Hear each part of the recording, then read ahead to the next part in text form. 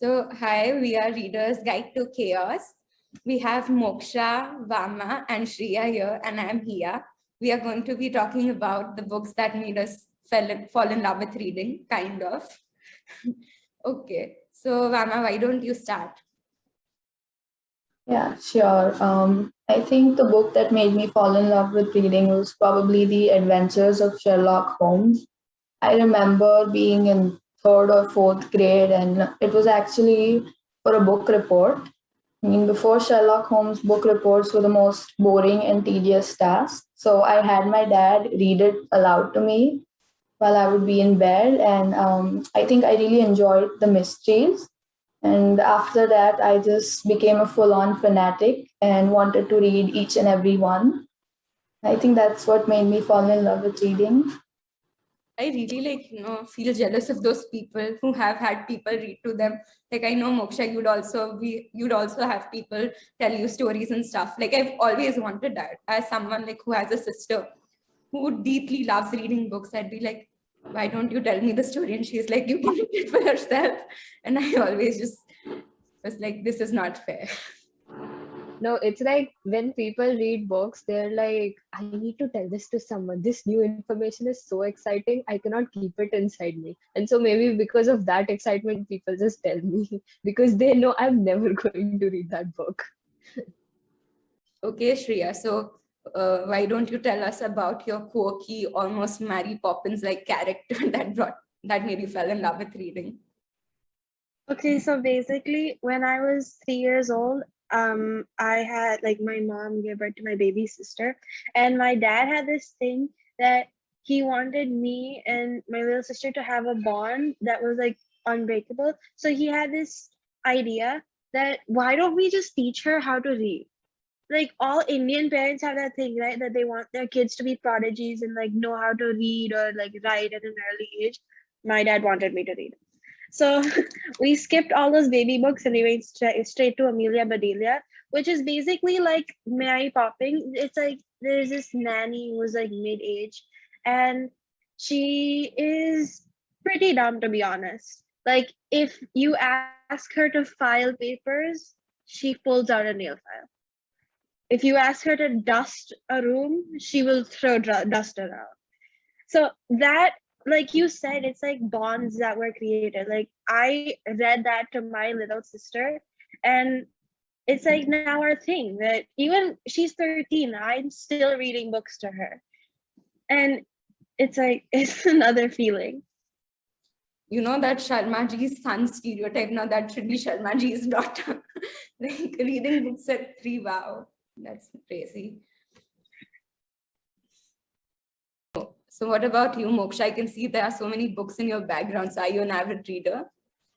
Absolutely not. None of these books are read by me. All of these books are owned by either my father, my mother, or my grandfather because they're like huge book fans. For me, most my life, I was told stories. I never read them myself. And truth be told, I have an attention span of a fly. So when I start reading a book, I would just rather stare at the walls because those would be very interesting to me at that point.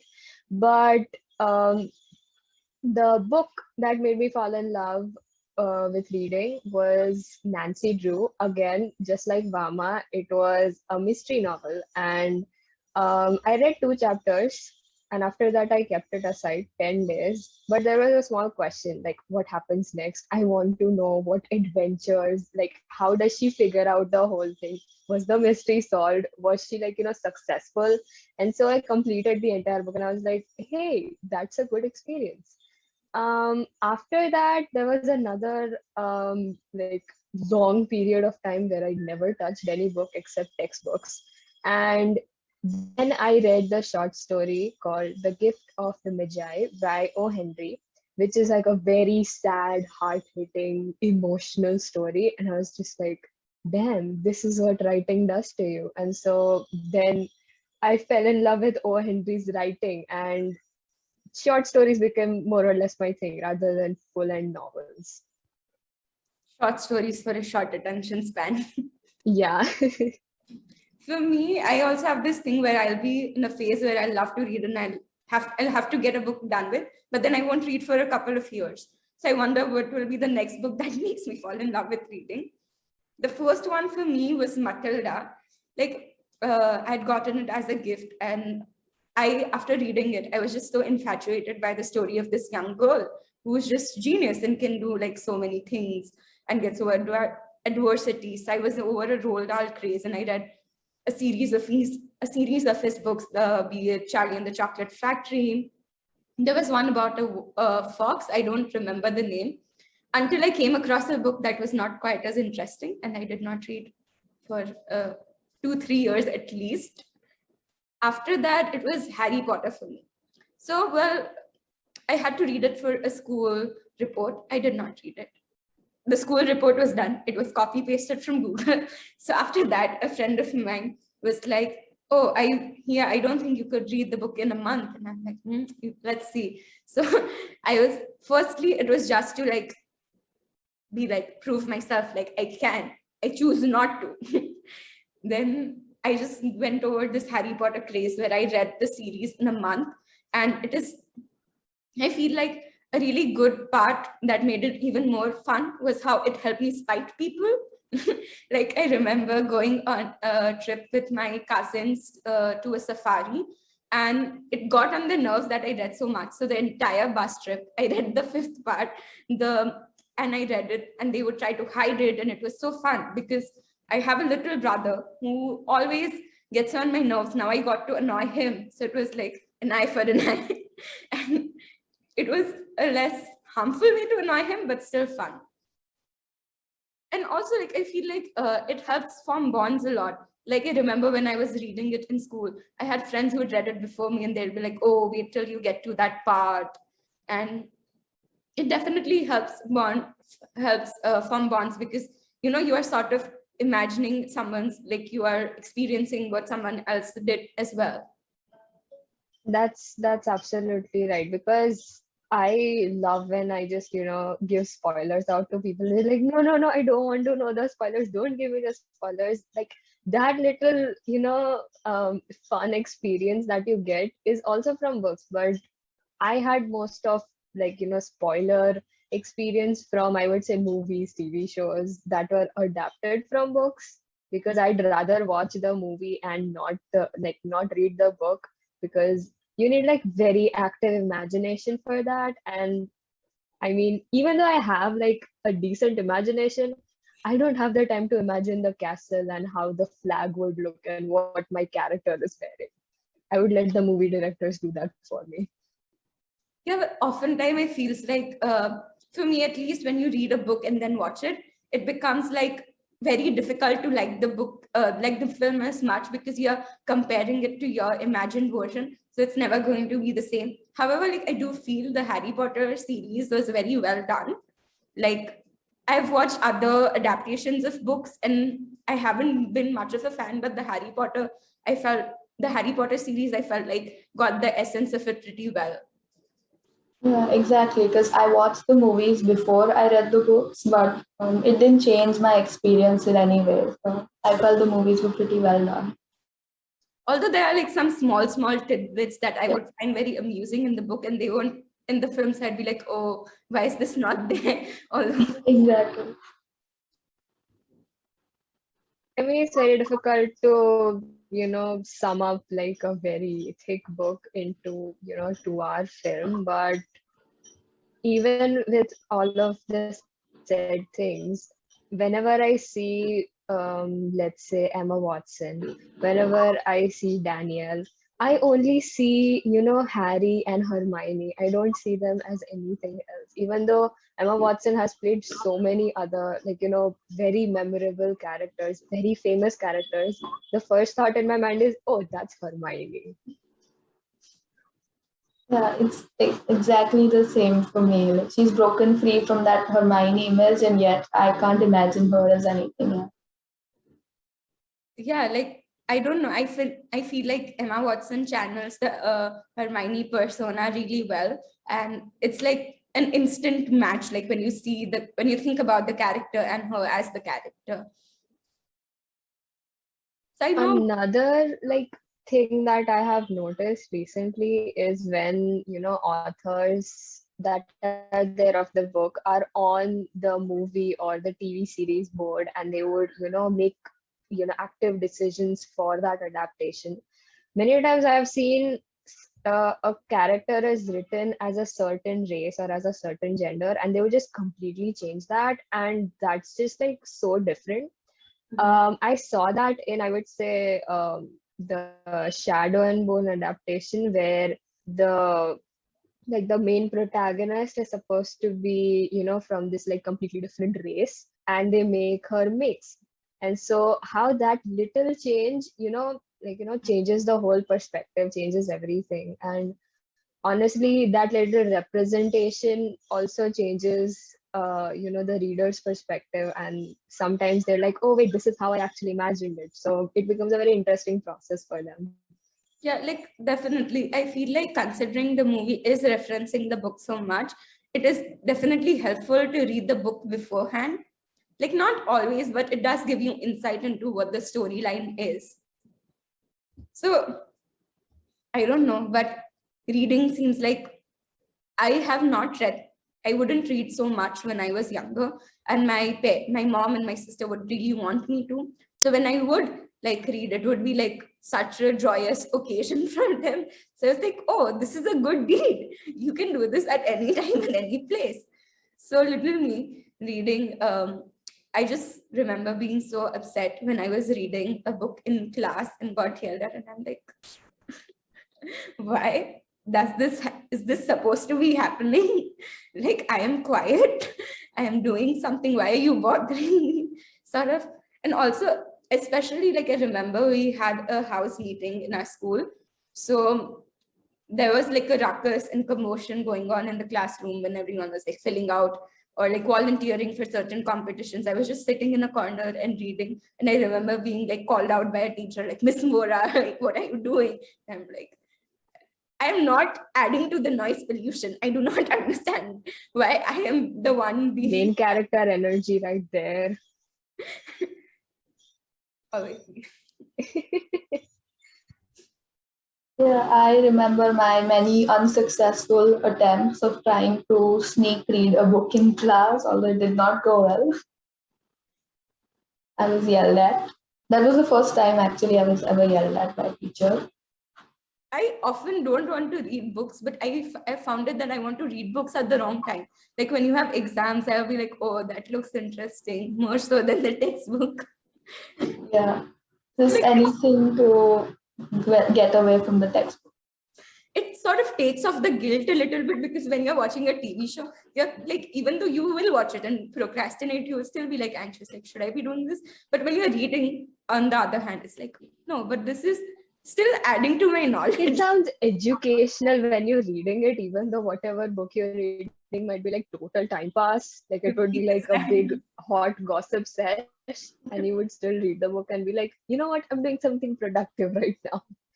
Yeah, I always like to say, hey, I'm increasing my vocabulary for the English exam. That's my excuse. Like you are still technically studying, like it is going to help you in English, not so much in other subjects. But you know what, you could say you read mystery books, Nancy Drew, Sherlock Holmes. You could be like, no, there is physics involved in the way they solve the mysteries. There's chemistry, be it like some, potions or whatnot. Now, the only science aspect would actually be forensic. Yeah, Maybe exactly. that's the only science part. Who knows, you might become a forensics expert when you decide to grow up. Interesting job application. Also, like another bad time when would be reading a depressing book when you're sick. I have read, like, when I had dengue, I read one of the Harry Potter books, and when I see it now, like I associate it with sickness, even though it like helped me. I'm just like, you are bringing back memories. And also, I remember having food poisoning on a school trip, so I could not sleep at night. So I was reading Totals All the Way Down, which is a John Green book, which is also very depressing. Arguably, like, it is not a great series. Like everyone, at least one person will die in all of his books, and like there's so much like tension leading up to it, and I'm like, why am I doing this to myself? But it's a really good time to read if you can't read it. Like, It's like depression kills depression.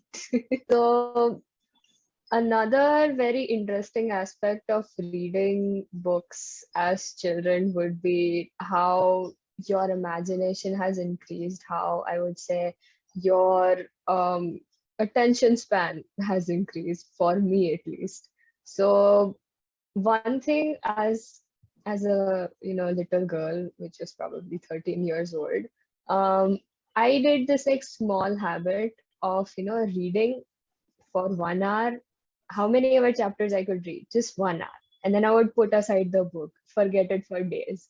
That's how I completed a book, maybe in like a month or something. But even with those breaks, I was able to focus more. And because of that, maybe my attention span during class, my attention span during writing increased a lot. So any other tips and tricks that you guys did to increase your attention span? have There's coffee. one half coffee or like hot chocolate or water, whatever, any kind of liquid beside you, because or else you're gonna have to get up and then you like break your cycle, you'll stop reading. Secondly, best idea is sit somewhere comfortable, probably a bean bag. Best place to sit. You won't want to get up after that. Like then you won't feel like, okay, fine, I'll just get up after the book. I mean, We'll you see. won't be able to get up from that bean bag. That's another thing. You want to force yourself to really read, like the moment leading up to your time reading, put on a few pounds, sit in the beanbag comfortably, spend a couple of hours there. Let's finish this book today. So it will be like, physically difficult for you to get up. What else? What else? You should read it when you have when your senses are really awake. So you have the fight or flight response. So when you're sick is a good time. Maybe not when you take medication, so it makes you drowsy. Then that could be counterproductive. Also, reading when you're not supposed to read is also like it has a thrill to it. Actually, reading when you're not supposed to read might be like the most nerdy way of saying that, oh, I'm the most rebellious person ever. No, in the sense that like read during an exam, read before an exam, which is not related to the things. You won't feel as guilty as well. You will probably get good grades in your English test. You're welcome. Then you can also when what is the other bad time to read? Then you want to annoy someone. Yes. When you're in a class where you're supposed to pay attention, when you hate the subject, for example, Hindi class. Instead of looking at your phone during Zoom, read a book. The teacher will respect you more. Hopefully, maybe. Teacher will be like, wow, my kid's taking notes now. Turns out I'm just reading another, mystery novel, and I'm like, okay, cool, what happens next? Also, now you can listen to books online. So listen to a book. My dream will be fulfilled. Depressing books have like a certain, what do you say, grip to them. Because I remember like, you want to know it's because you're rooting for them. Even as I've attempted to read like, books that are more fun or light, like I read The Convenience Store Woman because it had reviews like it's very fun, but it was just sad. Like it's this lady in a very capitalistic world and she's not being accepted because, well, her life sort of revolves around a convenience store woman, a convenience store, and she enjoys that monotony, but she's constantly being, bombarded by questions of people asking like, when is she going to marry? Why isn't she doing something else? And all those invasive, slightly varied versions of the same question. But I didn't find what was funny about it. It was an interesting take on capitalism. Like I sort of, was happy with the ending and I liked that it was a short and sweet book. We had it earlier, like a few months back, if I'm not wrong, Vama. So I was like, I did not laugh. I just felt bad. So if you have any suggestions for funny or light read, comment. Like, just imagine you reading this book when you were probably, let's say, 12, and you would be like, okay, what's going on? Like, that would be such a weird interaction. Like, I know one of my friends started reading, like very advanced books for her age. Even though she understood the level of literature, she just read very advanced books. And I was like, how do you even understand the English that is written there? I don't understand the English that's written there. She's like, nah, it's fine, I understand. And so I also think that, maybe reading up, like, reading certain books when you're not supposed to is also like a very adventurous feeling when you're like, oh, I shouldn't be reading this. But then you read it and you're like, wait, the more you know. With turtles all the way down, I definitely learned things I did not know. I was exposed to certain things I don't think I should have been exposed to. But at certain times with books like Purple Hibiscus, it is sort of a dark book about a woman's struggles in her household with very, what do you say, an Orthodox Christian husband, Christian or Catholic, I don't know, they're different kind of. So I definitely, like, I did not understand, but last year we started reading it again and I was like, oh damn, thank God. Like, so yeah, like it can be thrilling, or like you just might not understand, or if you Google well, you will learn things you should not know. You'll be traumatized for life. Yeah. It was a traumatizing book, like not a traumatizing book, but it was a sad book. It was like, it was also not, I wouldn't say sad, but it was just like, a very different sort of environment with a lot of adversities and problems and like, yeah. It's just that books have this like very subtle way of, showcasing like, hard realities and Yeah. hardships and everything. If you, in contrast, see a movie or a TV show, it's just right there in your face. Like they would just show it. Books wouldn't do that. Books would just, have this little story weaved around it, and in like indirect context they would tell you this. So even though you're learning things that you're not supposed to at certain ages, you learn it in a way where you start appreciating that, maybe if I knew this beforehand, I would have, done something to not, encourage such behaviors or something like that. Because for me, the book that I read, Kafka on the Shore, had, a girl escape from her very toxic household, which is super orthodox and like, did not let women do certain things, and how it's about a journey in which she blossoms as a person and she understands that, oh wait, I had another side of me that was almost, diminished by my, family members. And the way that it was written just goes to show that, these small subtle things would, educate you to be more aware about certain issues. And that is something that I also like when I read, a diverse range of novels. Definitely, because it's written in such a matter of fact way that you sort of appreciate their hardships and like appreciate your own circumstances. Like, it definitely makes you more empathetic, I feel, rather than a film. For me, I don't know, I cannot sympathize. I somehow find myself rooting for the characters in books more than in films, because in movies or shows I will like often forget, or like, with a book it's like such a long journey, like you are reading it, you are imagining it, so I definitely feel like, a deeper connection to them and their story. I feel it's more personalized with the characters in the book because there are certain details that can't be shown on TV shows or it will be too long. I feel that's what makes books great. I know this is all making us sound like such avid readers, but in all honesty, No, in total, I think I've read about like 10 books. same. That's it. 10 Maybe books. more than 10 books for me, but still. Okay, I used to buy Journey Stilton books when I was younger. I never read them. I have like 20 of Yeah, them.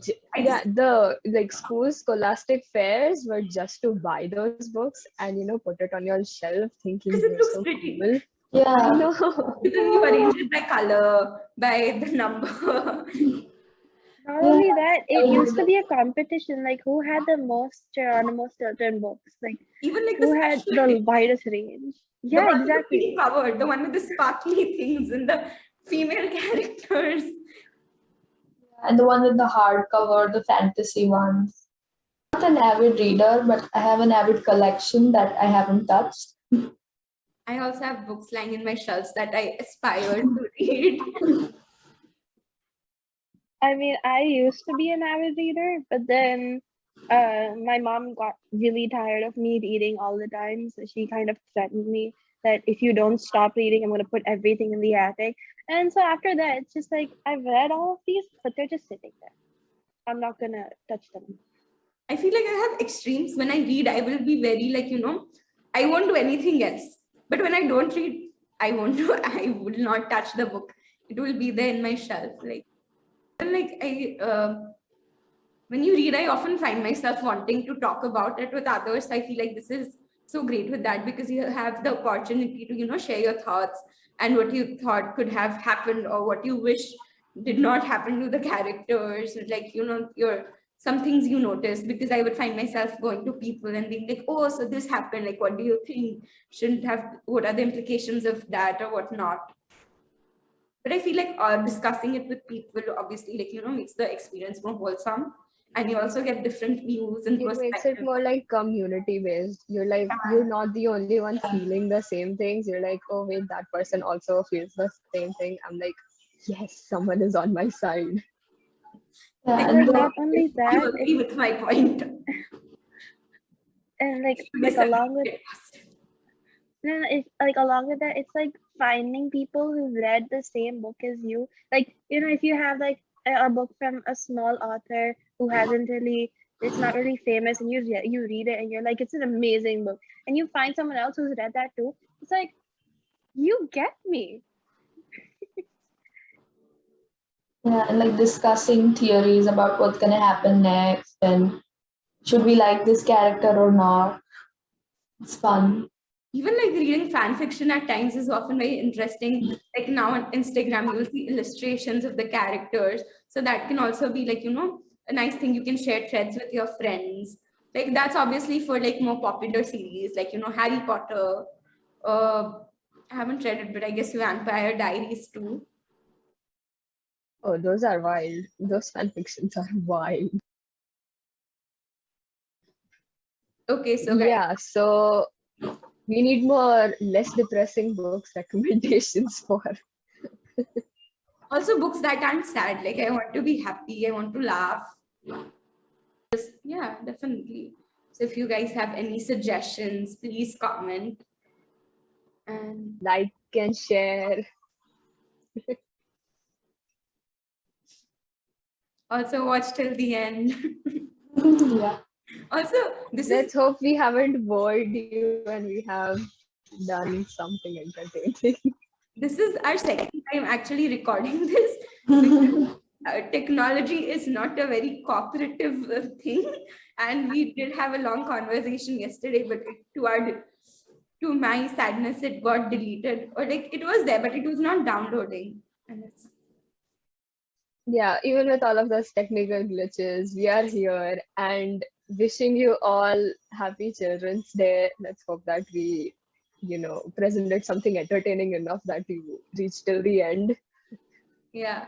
Okay, so don't forget to like, share, and you can comment your book, the book that made you fall in love with it, Yes. Yeah, any suggestions? and anything else you want. Okay, I guess bye. Bye. Bye. Yeah.